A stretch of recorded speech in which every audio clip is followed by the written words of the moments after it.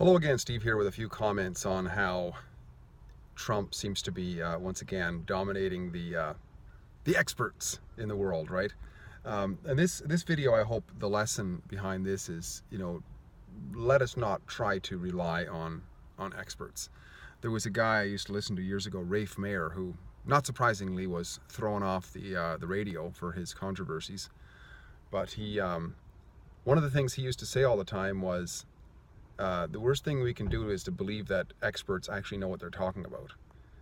And one of the things that so many people were saying who were uninformed, as far as I'm concerned, about Donald Trump when he came in, is he's got no experience. He's not, he hasn't been in Hillary Clinton has been in politics for years and years and years. She knows more about politics and policy and all this sort of stuff.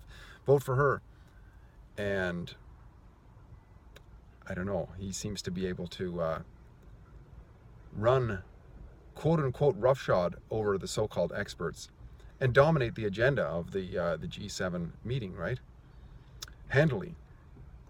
And I see this in other places. I learned so much from this organization that I'm involved with, Toastmasters, about not only about public speaking and leadership and this sort of thing, but also about human nature. And we see this, all of these things that we see play out in politics, we can see them play out in our other relationships and so on, right? Whereas you get somebody who's an expert and all of a sudden they become a little bit pompous. They think they know so much better. And there's this guy that I've been aware of, and actually was in a club with him once. And he has all these distinguished accolades in Toastmasters and other places. He's been a government bureaucrat all of his life. And he just thinks, actually believes very strongly, it seems like, that he knows so much more than everybody else. And yet, I don't think the guy could run a club if it depended on him. There's certain people in any organization who, if they're involved, like, there's trouble on the horizon. The club or the organization fails, basically, right?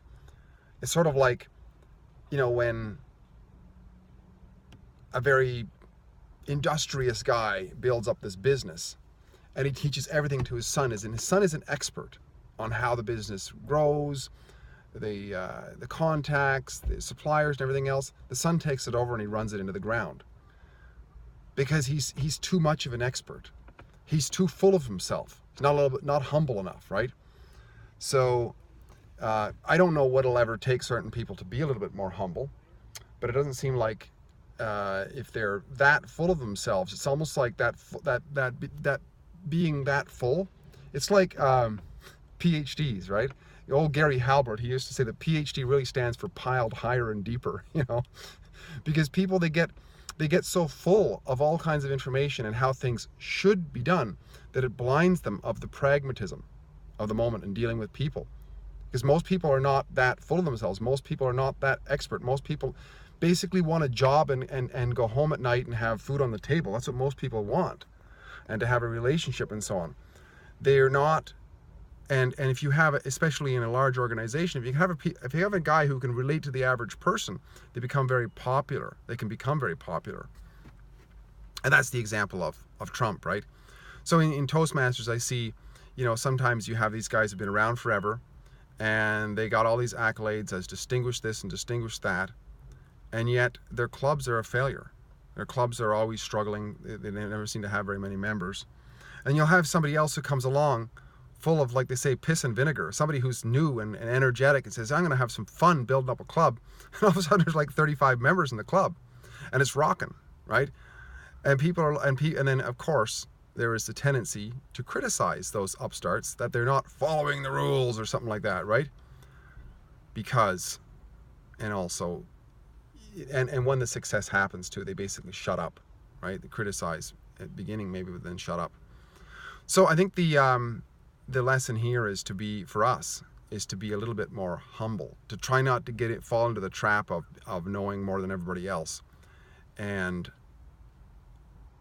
think that would probably help us focus more on the pragmatism of actually getting stuff done, creating value for whoever we're serving, rather than just pumping ourselves up about how much we know.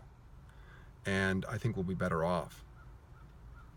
So I think we'll be better off and be more effective in life because we're putting our energies where it really matters.